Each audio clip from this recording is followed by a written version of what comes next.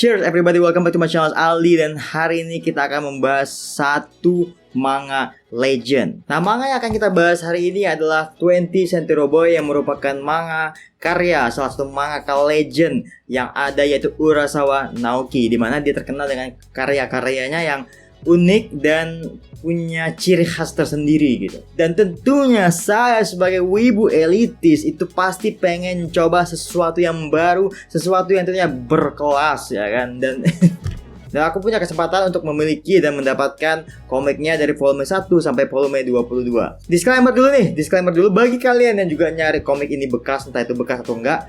Kalian kalau mau beli komik ini usahakan beli dan dapatkan sampai yang 21st Century Boy. Ada 2 volume lagi, The 21st Century Boy, dimana 2 volume itu adalah kesimpulan atau yang menyimpulkan dari semua komiknya, itu sangat penting. Sayangnya aku nggak dapet, dan sekarang ternyata harganya sangat-sangat mahal. Jadi kalau kalian punya kesempatan untuk dapatkan 2 volume itu, dapetin aja. Jadi sebenarnya soal apa sih manga ini? Apa bagusnya dan siapa mas-mas ini sebenarnya gitu.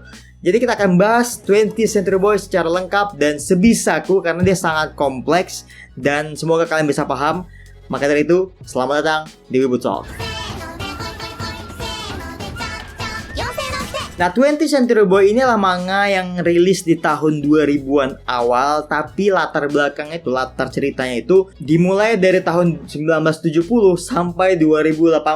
Nah, ini unik gitu, dimana manga 2000-an itu mencoba mempotret, menggambarkan kondisi di masa depan gitu. Ini menceritakan tentang karakter utama kita, namanya itu Kenji, dan beberapa teman masa kecilnya gitu. Ada bocil A, bocil B, bocil C, bocil E, dan seterusnya. Anak-anak ini itu mendirikan sebuah markas rahasia gitu. Markas rahasia bukan yang bagus sekali, tapi ya kayak anak-anak pada umumnya lah gitu. Mereka bikin sebuah markas rahasia di padang rumput gitu, dimana mereka ngikat rumput ilalang itu jadi semacam sebuah gubuk, dan mereka ngumpul di situ setiap harinya, setiap pulang sekolah atau ketika libur musim panas. Intinya jadi sebuah tongkrongan lah, dimana mereka ngumpulin komik, baca-baca, bawa mainan, cerita-cerita dan lain-lain. Nah, di tongkrongan anak-anak ini, Kenji ini menjadi seorang yang sosok leader lah, sosok pemimpin, sosok yang didengarkan oleh anak-anaknya gitu. Jadi sosok yang apa ya, kalau bagi anak-anak teman-teman Kenji ini kayak orang yang bener-bener hebat lah gitu istilahnya, karena pengetahuannya luas, orangnya mudah bergaul dan lain-lain. Nah, kemudian time skip sekitar 20-an tahun sampai 1997, di mana anak-anaknya itu tuh udah gede dong gitu, udah gede, dan mereka tuh ada yang tinggal di luar kota, ada yang nggak tahu kemana, ada juga yang tetap di kota tersebut, sama seperti Kenji gitu. Nah, Kenji ini ketika dewasa tuh jadi orang yang biasa aja gitu, kayak mas-mas pada umumnya gitu kan. Dia kerjanya cuman mewarisi toko alkohol punya ayahnya, toko sake punya ayahnya, kemudian dia modif jadi sebuah toko serba, dan dia jadi seorang, jadi kayak mas-mas biasa lah gitu. Nah, suatu hari ini gitu, Kenji tuh lagi pingin ngambil botol minum, satu rak botol minum itu dari rumah seorang profesor gitu, karena katanya dipinjam tapi malah nggak dibalikin, dan seminggu telat balikin gitu. Jadi dia pergi ke rumah profesor itu untuk ngambil botol minumannya tadi gitu. Profesor ini bernama Profesor Shikijima, dimana Kenji datang ke rumahnya, ngetok pintu nggak ada yang buka, terus Kenji pergi lewat pintu belakang, juga nggak ada orang. Nah, walaupun nggak ada orang, Kenji pun berhasil dapetin botol-botol minuman tadi gitu. Tapi anehnya adalah ketika Kenji ke belakang rumah, dia ngelihat sesuatu gambar yang aneh di pintu rumah dari Profesor Shikijima ini, dimana dia melihat sebuah simbol. Kenji ini merasa kayak ingat-ingat gak ingat soal kayak pernah gitu, dimana dia pernah nengok simbol itu. Tapi karena ya Kenji lagi kerja dan dia punya urusan lain, akhirnya dia kayak acuh nggak acuh aja gitu kan. Jadi dia ambil botolnya, dia pergi.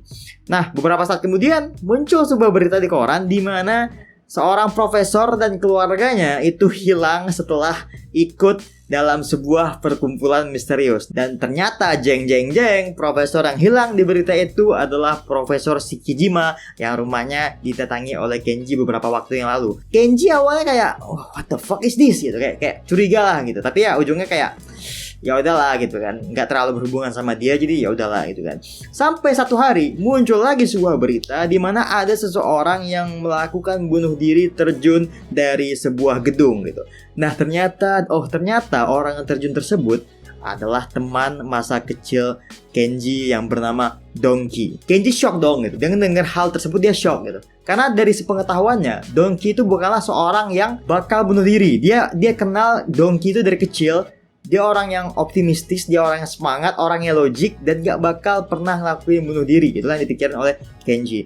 Jadi dia merasa kayak ini aneh, ini pasti ada sesuatu gitu. Nah ternyata sebelum kejadian bunuh diri itu, Donkey sempat ngirim surat ke Kenji. Dimana isi suratnya adalah memperingatkan tentang simbol yang sama dengan simbol yang dilihat Kenji di rumah Profesor Shikijima. Makin kompleks nih masalah, makin aneh nih masalah, makin berhubungan gitu. Kenji pun penasaran karena ini udah nyeret teman masa kecilnya. Jadi dia kayak, ini gak bisa dibiarin gitu. Dia akhirnya pergi ke rumah Donkey dan bicara atau cerita dengan istrinya Donkey, yang bilang bahwa Donkey yang sekarang adalah guru di sebuah SMK itu pernah sedang terlibat sebuah masalah dengan mantan muridnya yang kuliah di satu universitas. Jadi Kenji pun mencoba mencari si mantan murid ini yang namanya itu adalah Masao. Jadi Kenji pergi ke universitas itu, dia cari tahu soal Masao, kelasnya di mana, ke teman-teman si Masao. Dan ternyata Masao itu adalah murid dari Profesor Shikijima.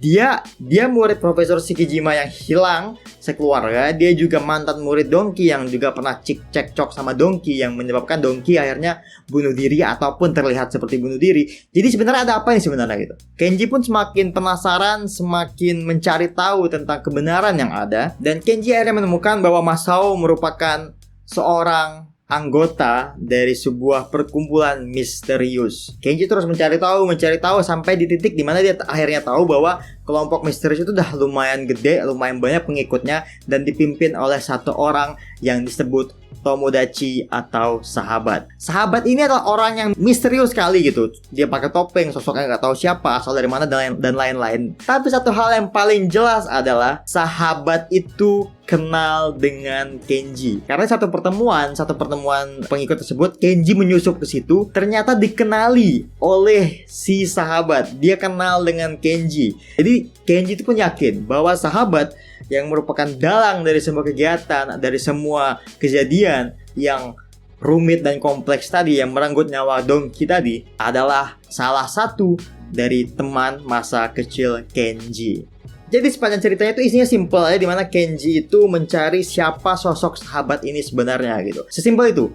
Tapi kalau memang sesimpel itu, maka komik ini nggak bakal panjang, nggak bakal seru, dan nggak bakal kompleks seperti yang orang ceritain semuanya. Jadi aku nggak bakal spoiler lebih banyak, dan aku akan ngasih ke kalian poin-poin yang bagus, penting untuk dilihat dari manga ini.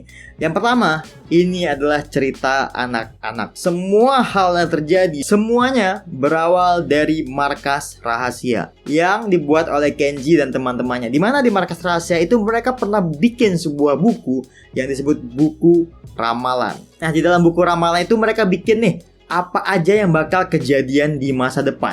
Itu misalkan ada sebuah virus mematikan, ada sebuah robot raksasa, ada teroris, dan lain-lain. Mereka buat semuanya di situ gitu. Imajinasi anak-anak itu dikumpulkan di buku tersebut gitu kan. Dan ternyata di masa depan itu semua benar-benar kejadian gitu. Mereka pernah bikin, di San Francisco, di Las Vegas, di mana-mana akan ada serangan virus atau senjata biologis. Beneran kejadian. Di buku itu juga dibilang pada tahun 1999 akhir dari century gitu, akhir dari sebuah abad, akan ada sebuah robot raksasa bertenaga nuklir yang akan menyerang kota dan menyebarkan virus mematikan yang akan membunuh orang-orang di kota tersebut. Dan ternyata benar lagi, ada robot raksasa yang berkeliaran menghancurkan kota di akhir tahun 1999. Dan tentu saja dalang dari semua kejadian tersebut adalah organisasi yang dipimpin oleh sahabat. Wow, memang semua kejadian di manga itu sangat kompleks, tapi kalau dipikirkan secara simpel, memang itu isinya pikiran anak-anak cuy gitu. Kayak virus tadi, robot yang kayak Megazord, pasukan pelindung bumi, semua tuh isi pikiran anak-anak cuy gitu. Cerita itu sebenarnya simple dan kekanak-kanakan, tapi di sisi lain dia itu juga kompleks dan sangat membingungkan. Nah, itu yang bikin manga ini sangat-sangat menarik untuk kubaca gitu. Kemudian yang bagus dari manga ini adalah alur cerita, dimana cerita itu nggak selalu lurus. Ceritanya tuh maju mundur karena dia selalu berkaitan dengan masa kini dan masa lalu gitu. dimana ketika Kenji masih kecil gitu. Karena Kenji selalu mencari siapa sih dalang si sahabat ini. Dia selalu mengingat-ingat masa lalunya gitu. Ketika mereka masih anak-anak, dia mulai cari temannya satu-satu, teman lamanya dicari satu-satu, dan coba ingat siapa sih yang kemungkinan jadi sosok sahabat ini. Karena ya ingatan manusia itu kan nggak selalu sempurna gitu, nggak semua orang bisa ingat gitu. Jadi kayak ingatan itu satu persatu muncul. Nanti tanya ini, oh ingatan sebenarnya kayak gini. Tanya si B, oh ternyata cerita sebelumnya kayak gini. Ada kejadian ini di masa lalu mereka, dimana poin-poin itu semacam puzzle gitu, yang bikin kita mikir juga, ini siapa sih sebenarnya dalangnya, siapa sih orangnya, kenapa gitu. Jadi bener-bener awalnya mungkin kalau kalian bacanya itu merasa kayak ini banyak nggak jelas, tapi nanti lama-kelamaan satu persatu puzzle mulai disusun dan mulai membentuk sebuah kesimpulan yang akhirnya bisa memecahkan masalah mereka. Dan manga ini juga nggak segan-segan ngasih yang namanya time skip, dimana ketika cerita itu udah mulai statis, dia bam, time skip 3 tahun, bam, time skip 10 tahun gitu. Dia nggak ngasih kita kesempatan untuk mencerna terlalu dalam soal ceritanya gitu. Nanti tiba-tiba ganti waktu, nanti si A entah di mana, si B entah di mana, nasibnya gimana, entah masih hidup atau mati ya, dan mereka lagi gimana, kondisi dunia gimana. Bener-bener kadang bisa diubah dalam sekejap mata gitu. Di chapter A, misalkan di sini belum selesai, bisa di skip 5 tahun, 10 tahun, masuk ke masa selanjutnya gitu, dimana pembaca tuh nggak selalu bisa paham sebenarnya apa yang kejadian di interval selama time skip tersebut. Jadi benar-benar nggak ngasih waktu buat pembaca untuk membaca dengan tenang gitu. Mikir terus konsepnya. Hal lain yang menarik dari komik ini adalah pengembangan karakter, dimana mereka punya karakter-karakter yang menurutku sangat-sangat memorable. Tentu aja dari Kenji, dari orang yang biasanya terus nggak menyerah dan menjadi sosok hero yang diimpi-impikan dia sejak kecil. Kemudian ada Ocho yang udah kehilangan, terlalu banyak mengalami kehilangan, terlalu banyak mengalami rasa sakit, dimana dia tujuan hidupnya tuh cuma pengen melindungi orang yang berharga bagi dia aja lagi. Dan tentu aja sang mastermind, sang major villain, karakter yang benar-benar jadi icon dari komiknya, si Tomodachi yang benar-benar gila menurutku. Dengan sebuah buku catatan, buku ramalan sederhana yang cuma dibikin anak-anak, dia bisa jadi seorang mastermind yang mampu memanipulasi orang sampai dibilang sebagai presiden dunia gitu. Salah satu manipulator terbaik di sejarah aku baca manga ataupun nonton anime gitu. Bro, this guy was insane. Satu orang aja udah bikin pusing kayak gini gitu, apalagi kalau ada 2 orang kayak dia gitu. Manganya juga memberikan detail yang sangat baik. Contoh ketika ada penyebaran virus di manga ini, dan itu bener-bener mirip banget kayak ketika kita isolasi kemarin, ketika kita mengalami pandemi kemarin gitu, dimana kepanikan di mana-mana, panik buying dan lain-lain, perebutan kekuasaan, berebut obat, berebut vaksin dan lain-lain, kegilaan yang disebabkan oleh virus. Itu relate banget dengan kondisi kita ketika kita kena virus kemarin, tapi di komik ini lebih parah aja gitu. Karakternya juga tadi gue bilang juga sangat bagus gitu. Sampai aku sempat relate sama salah satu karakter namanya itu Fukube. Panel-panel manganya juga keren. Contoh kayak Faceless Boy, Teru Bozu itu, si Tomodachi-nya bener-bener jreng gitu. Manga panel itu keren kali. Manga ini menawarkan perasaan yang silih berganti antara penasaran, bingung, takut, bahkan rasa senang gitu ketika lihat masa kecil Kenji dan teman-temannya gitu. Juga ada rasa sedih namun takjub ketika aku sadar bahwa semua kejadian, semua tragedi, semua hal yang terjadi di manga ini berawal dari sebuah markas buatan anak-anak di tengah padang rumput. Berawal dari bacotan bocil cuy gitu. Ini sebuah manga yang GG, sebuah masterpiece, dan aku sangat-sangat suka manganya. So, kalau kalian merasa ini cocok untuk kalian, jangan nunggu-nunggu lagi. Ini manga yang bagus, jangan sampai kalian telat dan gak baca manga ini. Dan itulah pendapatku soal manga 20th Century Boy. Dan semoga kalian suka. Klik like jika kalian suka, komen berapa kali di bawah. Dan sampai jumpa di video selanjutnya. Jane.